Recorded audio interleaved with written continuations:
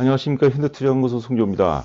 지난주 중반 이후서부터 위기론에 대한 얘기들이 많이 나오고 있습니다. 덩달아서 지난주 금요일 그리고 월요일 이틀째 급락세를 보이면서 투자 심리도 상당히 위축되는 분위기인데요. 냉정하게 살펴본다면 이번 조정의 출발점은 지난 1월 11일이었죠.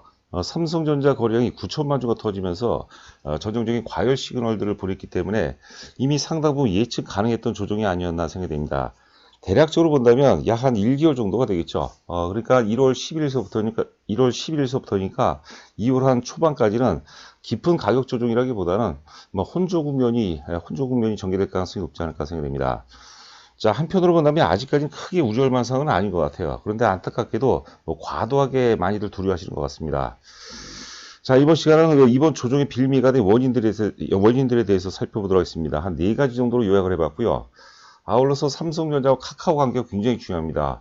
삼성전자는 요번에 이제 앞서 말씀드린 바와 같이 요번 조정의 빌미가 됐다고 봐야 되겠고, 카카오 같은 경우는 이제 그 1월 중에 역사의 고점을 다시 돌파했고 지금 첫 번째 눌림목 단계이기 때문에 이번 조정을 통해서 시장이 어느 정도 안정세를 보인다면 이번 조정을 통해서 오히려 매수의 시각으로 접근하는 것이 바람직하지 않을까 생각이 됩니다. 자, 일단 그 조정의 어떤 실체, 첫 번째는 이제 인플레이션 우려라고 봐야 되겠죠. 인플레이션이라는 것은 결과적으로 이제 우리가 흔히 그 테이퍼링이라고 하죠. 양적 완화 축소 가능성이 있기 때문에 거기에 따른 이제 부담감이 작용하는 것 같습니다. 지금 글로벌 증시 전반이 하여튼 이유가 어떻든 간에 같이 이게 동반해서 움직이는 경우가 많거든요. 자, 지금 보시는 그림이 유가가 되겠습니다. 유가. 전에도 제가 이제 많이 말씀드렸는데, 대체적으로 이제 그 유가의 어떤 그 WTI 기준, 서부 텍사스산 중진료 기준으로 대체적으로 한 40달러, 한 45달러 정도가 우리가 그 손익분기점으로 알고 있는데, 지금 40달러 넘어섰죠. 지난주 종가 기준으로 이제 52.3달러 정도가 되는데, 기본적으로 이제 60달러가 이제 넘어가게 되면 이제 인플레이션 가능성이 높다고 봅니다. 물론 이제 그 손익분기점이 국가별로 이제 많이 차이가 있습니다. 미국 같은 경우는 이제 손익분기점이 35달러에서 50달러, 정확하게 대략적으로 한 44.5달러라고 얘기를 많이 하고요. 사우디 같은 경우는 생산 단가가 굉장히 낮습니다. 그래서 손익분기점도 낮은데 이 재정균형 유가라는 게 있어요. 이 재정균형 유가라는 게 산유국 정부가 이제 그 균형 재정을 달성할 수 있는 그 유가 수준이라는 그런 얘기를 하는 것 같아요.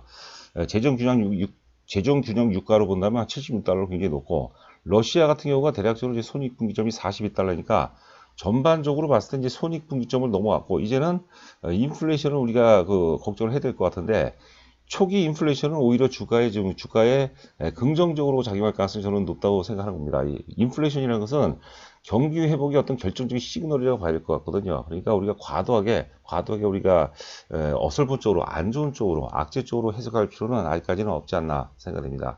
한 70달러 정도, 대략적으로 이제 70달러면 2018년도 고점대가 되겠는데, 70달러를 넘어가게 되면 우리가 좀 고민을 해봐야 될 것 같은데, 초기 인플레이션 같은 경우는 오히려 주가에는 긍정적으로 영향을 미칠 가능성이 높지 않나 생각됩니다. 자, 뭐 그런 내용입니다. 그리고 지금 이제 두 번째 봐야 될 것이 이제 그 미국 국채 금리가 최근에 좀 큰 폭으로 오르고 있습니다. 1월 달 들어서 이제 큰 폭으로 오르면서 역시 이제 인플레이션 우려 가능성들을 이제 높이고 있는 그런 모습인데요. 지금 이제 지금 장세는 우리가 전에도 한번 제가 강조해 드린 적이 있는데, 미국 연준의 장세라고 그러는 거죠. 연준의 장세. 저금리, 그 다음에 이제 양적 완화, 두 날개를 바탕으로 철저하게 연준에 의해서 진행되는 장세고, 밑줄친 부분 보시면 아시겠지만은요, 지금 글로벌 증시의 가장 큰 위험 변수는 이제 그 미국이나 이제 중국의 어떤 그 통화 긴축이죠. 통화 긴축 그 시그널이 될 수 텐데, 아직까지 사실 그 미 연준 입장에서는 사실 테이퍼링 어떤 전략은 아직까지 염두는 전혀 이제 안 하고 있는 그런 모습이 아닌가 생각됩니다. 지금 이제 이번 주 중에 우리 날짜로 이제 12월 21일이 되겠죠. 바이든 정부가 이제 들었었죠. 출범을 하는데 바로 이제 또 이제 경기 부양책이죠. 2조 달러를 또 이제 공급한다고 하니까 상당히 또 기대를 해볼 만하지 않나 싶습니다. 이제 도저히 나는 그 주식을 못 갖고 있겠다 하시는 분들은 우리가 보통 이제 패턴상 보게 되면 쌍봉이라는 게 나오거든요. 잠시 후에 우리가 살펴보도록 하겠지만 쌍봉에서 팔아도 괜찮다고 보는 거고요. 지금 주가가 이틀 연속 뭐 거의 뭐 투매 수준으로 빠지는데 여기다 대고 우리가 따라가면서 추격 매도할 필요는 뭐 전혀 없다. 뭐 이렇게 보시면 될 것 같습니다. 아래 그 그래프를 보시면 이제 블루 웨이브라는 게 이번에 또 그 민주당에서 이제 그 상원의원까지 다 갖고 왔죠. 블루 웨이브에 따른 이제 금리 상승과 연준의 통화 정책 기대감 사이에서 등락 중에 뭐 달러라는 그런 내용이 되겠는데, 지금 이제 그 파란색이 이제 10년 국채입니다. 보통 이제 그 우리가 채권 금리는 단기보다 장기 금리가 좀 높죠, 아무래도. 자, 그런 걸 염두에 주시면 되겠고, 저점을 꾸준히 높이는 그런 상황에서 지금 1월 달에 이제 급등을 하는 그런 모습이고요. 그 다음에 이제 그 분홍색이죠. 분홍색이 이제 달러화가 되겠는데, 달러화가 지금 하락세가 다소 좀 주춤하는 그런 모습이죠. 만약에 이제 글로벌 뭐 우려할 만한 그런 상황이 벌어지게 된다면, 달러화 쪽으로 아무리 뭐 달러화를 많이 풀었다 하더라도 달러화 자산 쪽으로 이제 자금 쏠림이 뭐 이루어지면서 여타 어떤 국가들은 여타 어떠들은 어떤 그 조정이 현실화가 되는 게 일반적인데, 지금 상황 봐서는 아직 우려할 만한 그런 수준은 아니지 않나. 그 잠시 우리가 이제 원달러 환율을 보도록 했지만, 저는 이제 개인적으로 기조적으로 이제는 우리가 900달러대에 좀 준비를 해야 될 시기가 아닌가 생각됩니다. 자, 그렇고 그다음에 외환시장. 두 번째는 이제 외환시장이 또 중요하죠. 원달러 환율이 굉장히 중요한데, 사실 그 자금 흐름의 어떤 메커니즘을 보게 되면 그 가장 그 상위가 외환시장입니다. 외환시장. 두 번째가 이제 채권시장, 그다음 주식, 원자재, 뭐 부동산, 뭐 이런 순으로 저는 이제 알고 있는데요. 이제 특히 이제 그 주가하고 환율하고 상관해보면, 특히 이제 우리 코스피 같은 경우는요, 원화가 절상되는 구간에서는 주식이 다 올랐어요. 뭐 얘기가 좀 길어지는데, 반대로 이제 원화가 절하되는 구간, 환율이 인상이 되는 거죠. 원화가 절하되는 구간에서는 주가가 이제 빠지기 마련인데, 앞서 우리가 이제 그림을 봤죠. 그 달러 인덱스를 잠깐 봤는데, 지금 달러 가치가 다소 좀 반등이 되는 그런 모습이죠. 지금 이제 원 달러 환율 보면 또 좀 유사한 그 패턴을 보이고 있습니다. 계속해서 기조적인 이제 그 원화 강세 추이를 보다가 최근 들어서 1월 달 들어서 이제 그 달러가 대략적으로 좀 반등을 하는 그런 모습인데요. 그 전반적으로 본다면 사실 달러는 워낙 그동안 이제 많이 풀어놨기 때문에, 하여튼 그 구조적으로 계속해서 원화가 달러화 대비해서는 그 절상될 가능성이 높겠고요.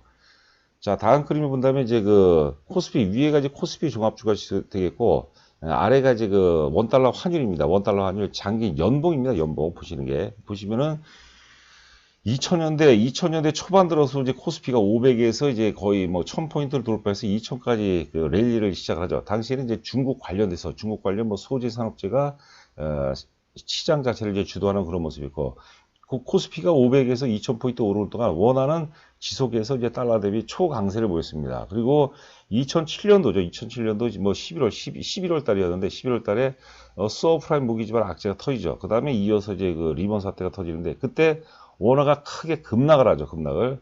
최고점이 달러당 1597원까지 갔습니다. 그리고 참고로 2007년 12월 달에 달러당 원화가 899원까지 갔어요. 제가 보기에는 그 내용은 뭐 얘기하려면 이제 많이 길어지는데, 여하튼간에 저는 1000원도 돌파한다고 봐야 되죠. 900원대 진입할 가능성도 충분히 뭐 있다고 이제 봐야 되거든요. 그러니까 그동안 이제 코리아 디스카운트에서 코리아 지금 재평가가 이루어지는 과정이고, 재평가를 넘어서 뭐 프리미엄이죠. 프리미엄까지도 우리가 준비를 해야 되지 않을까 생각됩니다. 삼성전자가 잘 나가고 있고, 또 현대 기아차가 뭐 여하튼간에 하여튼 그 전기 수소차에서 하여튼 괄목할 만한 괄목할 만한 그런 성과들을 이제 보이고 있는 그 초입 단계로 봐야 되거든요. 일본의 여러분들 니케이하고 우리나라 이제 뭐 거래소 혹은 이제 코스닥하고 비교를 한번 해보세요. 보면은 니케이 같은 경우 시가총액 상위 종목 주세요. 우리의 뭐 카카오라든가 혹은 이제 셀티로라든가 이런 종목이 거의 없습니다. 네이버 같은 거 전통산업 위주가 되고, 성장이 상당 부분 정체되어 있는 모습을 볼 수가 있겠고, 당장 우리가 그 일본의 그 도요타는 이제 200한 뭐 시가총액 200한 70조 가까이 되는데, 60조 70조 되고, 현대차와 비교를 해보세요. 물론 이제 시가총액은 이제 현대차가 도요타 대비 4분의 1 수준도 안 됩니다. 그런데 주가의 흐름을 보게 되면 현대차가 도요타 대비해서 훨씬 더 비교해 있는 것을 우리가 충분히 관찰할 수가 있거든요. 자, 그렇게 보시면 될 것 같습니다. 그러니까 단기적으로는 지금 달러가 좀 반등을 하고 있지만, 구조적으로 봐서는 원화는 달러 대비 이렇게 강세 흐름을 이어갈 가능성이 높겠고, 그러는 가운데 주식은 계속해서 이제 신고치를 이제 돌파할 가능성이 높지 않을까 생각됩니다. 자, 그리고 하나 더 이제 간략하게 말씀드린다면, 지금 철저하게 이제 동학개미죠. 개인들의 힘에 의해서 올라가는데요. 개인들도 사실 그 여러 가지 부류로 나눌 수가 있습니다. 여하튼간에 개인들 힘으로 올라가는데, 저는 외국인들이 국내 주식을 안 사주는 게 굉장히 좀 그 의아합니다. 기관 같은 경우는 뭐 투신권 같은 주가가 많이 빠지게 되면 이제 사실 시스템적으로 사는 경우가 있는데, 투신권을 제외하고 기관은 지금 운신의 폭이 굉장히 작죠. 계속해서 이제 펀드 환매가 이루어지니까. 기관은 그렇고, 외국인들은 사실 그 선진국에서 이머징 마켓 쪽으로 지금 비중을 좀 높여야 할 때거든요. 그런데도 불구하고 아직까지 뭐 특별한 시그널이 안 나오고 있는데, 하여튼 그 조만간에, 조만간에 하여튼 그 외국인들이 이제는 이제 지금은 이제 뭐 혼조라고 봐야 되는데 본격적으로 이제 순매수가 전환이 된다면요. 우리가 이제 그 매매 주체별 동향은 보통 세 가지로 나누죠. 세 가지. 그러니까 개인과 기관, 외국인 이렇게 세 가지로 구분이 되는데 그 매매 주체에서 한쪽만 올라서 두 쪽을 그러니까 매도하는 거죠. 이래서는 사실 끌고 가기가 쉽지가 않습니다. 매매 주체별 세 개 매매 주체 중에서 두 군데에서 순매수 기준을 유지해 준다면 과거 같으면 이제 외국인 기관 뭐 쌍크리라는 그런 표현을 많이 썼는데 여하튼 간에 그 매매 주체 세 군데 중에서 두 군데가 이제 순매수로 이제 기조적으로 전환이 된다면 주가는 한 단계 더 높은 랠리를 뭐 시현해 나갈 수 있지 않을까 생각됩니다. 자, 근데 세 번째입니다. 세 번째 우리가 또 관전 포인트는 지금 그 미국의 이제 나스닥 시장을 보면 빅테크들의 조정 가능성이 있어 보여요. 이게 뭐 궁극적인 조정이라는 건 아닙니다. 뭐 우리가 좋게 얘기한다면 뭐 10보 전진이 될지 뭐 7보가 될지 그건 모르겠으나 여하튼간에 그냥 우리가 흔한 표현대로 10보 전진을 위한 한 2, 3보쯤의 후퇴 정도가 아닐까 생각됩니다.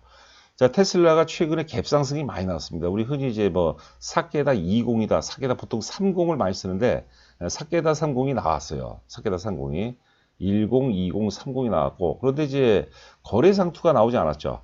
지금 1월 8일 날 갭 상승이 7%까지 올라왔습니다. 시초가부터 높게 시작해서 7% 상승까지 보였는데 이때 거래 상투는 안 나왔어요. 그런 것들은 좀 우리가 이런 것들은 어떤 조정이 들어오더라도 뭐 자율 조정 정도라고 이제 봐야 되겠죠. 여하튼간에 테슬라 모양은 나쁘지 않은데 지금 주가가 과도하게 이제 그 단기 오버슈팅이 나왔기 때문에 추가 상승보다는 좀 조정 가능성이 있어 보이지 않나 생각됩니다. 오프닝 때도 말씀드렸지만 대략적으로 한 달 정도 우리가 많이 오르지 않았습니까? 많이 올랐으면 거기 따른 반대급부가 있어야 돼요. 우리가 등산을 가는데 산에 올라가는데 다이렉트로 한 번에 올라갈 수가 없어요. 그러면 이제 조로죠. 금방 시세가 지쳐버리기 마련인데 중간에 좀 올라가다가 뭐 이래서 한 3, 40분 정도 올라가면은 한 1, 20분 정도 쉬었다 가는 게 훨씬 좋죠.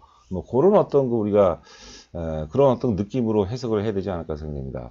자, 아마존 같은 거는 좀 기분이 좀 나쁩니다. 지금 121선이 완전히 깨져버렸어요. 그렇죠. 1월 들어서 특히 이제 120선이 완전히 깨져버렸는데, 이런 부분들을 우리가 계속해서 좀 추적해 볼 만하고요. 이런 것들도 이번 조정이 빌미가 됐다고 봐야 될 것 같아요. 네, 마지막에 이제 테슬라입니다. 테슬라 보면 1월 14일입니다. 지금 그 위에 긴 꼬리를 달았죠. 거래 상투가 나왔어요. 테슬라도. 이런 것들도 어떤 그 조정의 시그널로 봐야 될 것 같습니다. 그렇죠. 삼성전자 우리 1월 11일자에 1월 11일 날 9천만 주 터진 거하고 이제 같은 어떤 그 연장선에서 같은 맥락으로 뭐 해석을 해봐야 되지 않을까 생각됩니다. 자, 그 다음에 이제 네 번째가 이제 삼성전자 거래 상투입니다. 그리고 또 이지용 부회장이 이제 구속이 됐는데요.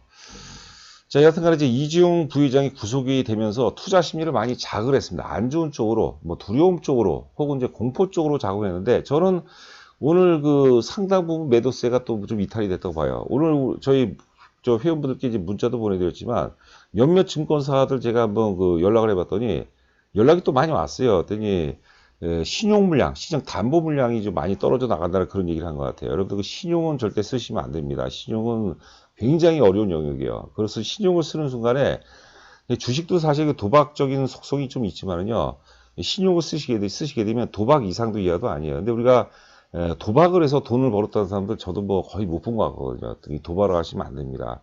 하여튼 그 삼성전자의 그 거래 상태 우리가 어찌 보면은 사실 제가 이제 거꾸로 말씀드리면 이게 우리가 바텀업이거든요. 삼성전자가 당초에 제가 이 시장이 언제까지 한참 주가가 올라갈 때 이 시장이 언제까지 올라가느냐 논란이 굉장히 많은데 제가 그냥 단순하게 말씀드렸습니다. 삼성전자 보통 주기로 거래량이 7천만 주 이상 터지면 조정이 불가피하다. 그때 되면 일부 매도를 해야 된다. 라는데 7천만 주가 아니라 제가 원래 처음에는 6천만 주 얘기했다가 나중에 7천만 주를 바꿨거든요. 좀 더 터질 것 같더라고요. 근데 그거보다 2천만 주가 더 많은 9천만 주가 터졌기 때문에 이러면은 삼성전자는 사실 글로벌 또 대표 기업도 하고 대한민국을 넘어서 세계 대표 종목이다 하기 때문에 의미가 있죠. 9천만 주를 누군가가 팔아버렸어요. 판 사람들은 손해보고 판 사람은 없죠. 근데 9천만 주를 누가 샀는데 흥분해서 산 거죠. 흥분해서. 삼성전자 거래 상투가 조정이 어떤 그 바텀업으로 봤을 때, 그러니까 우리가 경기를 예측하고 제가 앞서 좀 피상적인 거죠. 그 앞서 제가 인플레이션 가능성 얘기하면서 미국 장단기 채권 금리 뭐 원달러 인덱스 뭐 이런 것들 이제 발표하는데 그런 건 좀 피상적이에요. 가장 현실성 있고 가장 단순한 게 사실 삼성전자였거든요. 하여튼 그 삼성전자 거래 상투가 벌어지면서 일단 1월 10일이었죠. 그러니까 한 2월 10일 정도 뭐 그 전후 정도까지는 뭐 정보 조정 예상이 가능한데 이게 그 또 여러분께서 우리가 잘 인지해야 될 게 여러분들이 인정하든 안 하든 의식적이든 무의식적이든 지금 그 눈에 보이지 않는 저가 매수 기반이 굉장히 왕성합니다. 지금 고객의 예탁금이 뭘 들락달락하지만 계속해서 기조적으로 유입되는 단계죠. 지금 대략 한 70조가 조금 안 되는 걸로 알고 있는데 하여튼 저가 매수 기반은 굉장히 많아요. 그러니까 가격만 맞으면 사겠다는 사람들이 밑에 막 그 많이 줄 서 있다는 것이죠. 그래서 투매 한 이틀 정도라면 만약에 오늘 미국이라든가 유럽이 크게 빠지면은 내일 마이너스 시작하면 저는 오히려 좀 그 사야 된다고 그런 거죠. 자, 그리고 도저히 나는 그 무서워서 못 하겠다. 그런 분들도 많이 있어요. 삼성전자 보통 주기준으로 이제 그 장중 최고가 96,800원까지 올라갔거든요. 그러면 뭐 9만원대, 9만원대에서는 이제 쌍봉이죠, 우리가. 에드워드 맥의 패턴 분석이라는 게 있습니다. 쌍봉 혹은 이중 천정 이런 패턴이 있거든요. 그래도 팔면 돼요. 굳이 뭐 따라가면서 매도할 필요가 없다는 거죠. 그리고 이재용 부회장의 구속은 여러분들 한번 잘 생각해 보세요. 이거는 불확실성의 해소 차원으로 접근해야 돼요. 사실 그 재료라는 게 이연령, 비연령이라고 하거든요. 뭐 귀에 걸면 귀걸이, 코에 걸면 코걸이라는 얘기를 많이 하는데 이거는 우리 경제, 우리 기업이 투명성이죠. 한국 증시가 저평가된 가장 큰 이유 중에 하나는 저는 그 투명하지 못했던 거. 그다음에 주주가치 제고가 안 됐다는 거. 이런 것 중에 하나거든요. 그러니까 우리가 나쁘게만 해석할 게 아니라 뭐 본인한테는 좀 안타까움이 있지만 나쁘게 해석할 게 아니라 하여튼 우리가 좀 좋은 쪽으로 긍정적인 쪽 그리고 보이지 않는 그런 부분을 우리가 좀 보이지 않는 부분을 좀 우리가 좀 끄집어낼 수 있는 그런 어떤 그 시점이 아닌가 이렇게 생각이 됩니다. 이거 죄송합니다. 이게 이제 그 캡처가 두 번이 잡혔네요. 자, 그 다음에 이제 그 삼성전자와 카카오와의 상관관계입니다. 삼성전자의 그 시세 출발점은 9월 1일이었어요. 공교롭게 그 카카오의 조정 시점은 9월 초였습니다. 그러니까 그 전에 카카오는 많이 올랐죠. 그러니까 카카오가 많이 오를 수 있었던 결정적인 거는 삼성전자가 많이 오르지 못하는 그런 환경이었어요. 삼성전자가 호랑이나 사자니까 거기 어떻게 뭐 우리 시체만은 맞짱 뜰 수가 없었던 거죠. 그런데 삼성전자가 조정을 받으면 삼성전자 조정을 틈을 타서 그 어떤 그 다시 그 주도주를 꿈꾸는 종목들이 나옵니다. 저는 그 중에서 카카오가 대장이라고 보는 거죠. 삼성전자나 현대차는 어떤 그 매크로적인 변수로부터 굉장히 민감하죠. 뭐 환율이라든가 금리라든가 뭐 등등해서 굉장히 또 민감하고 또 아울러서 미중 간의 어떤 그 정책 어떤 그 불확실성 이런 거에도 굉장히 민감한데요. 카카오 같은 경우는 그런 데서는 상당히 자유롭죠. 자회사가 여러분들 98개인가 그래요. 그러니까 사실 그런 웬만한 어떤 그 불확실성, 변동성 이런 거에 대해서는 상당 부분 어떤 그 뭐 자유스러운 그런 종목이 아닌가 생각이 되고요. 실적 예측치도 이런 경기 민감주는 굉장히 그 사실 그 예측하기가 만만치가 않거든요. 근데 카카오는 우리가 충분히 올해 2021년도 예측치도 감안할 수 있고 무엇보다도 대한민국 최고의 성장주 논리로 이제 우리가 봐야 되지 않을까 생각됩니다. 간혹가다 이제 그 네이버도 좋은 회사인데 네이버하고 카카오 같이 갖고 계신 분이 있어요. 우리가 상관계수가 밀접한 종목을 갖고 있는 건 사실 바람직하지 않거든요. 저는 개인적으로 단기적으로 제가 모르죠. 하나 좀 길게 본다면 최소한 뭐 한 1개월 이상을 놓고 본다면 1개월 이상의 어떤 관점을 봤을 때 네이버를 갖고 계신 분이라면 카카오로 갈아타는 게 저는 맞다. 저는 이렇게 또 강조를 해두고 싶습니다. 자, 어려운 시기입니다. 우리가 뭐 흔히 일희일비라는 거죠. 주가가 좀 오르면 기분이 좋고 주가가 좀 빠지면 뭐 기분이 우울한 게 인지상정인데 과도하게 그런 분들이 많아요. 이건 사실 그 어찌 보면 저는 조울 중에 비슷하다고 보거든요. 주식은 여러분들 뭐 앞서도 얘기했지만 이게 도박적인 요소가 분명히 있습니다. 근데 자꾸 우리가 뭐라 그럴까 단기 시각으로 짧은 시각으로 시세를 바라보게 되면 마음에 병이 들기에 마련입니다. 우리가 시세를 바라보는데 만환경으로 바라보는 거하고 현미경으로 바라보는 거하고 메커니즘 같아요. 근데 현미경으로 바라보게 되면 굉장히 많은 스트레스를 받고 그게 나중에 병으로 이을 수밖에 없거든요. 제 얘기 명심하시고 자 오늘 하루도 하여튼 그 여러분들 뭐 건승하시기 바라겠습니다.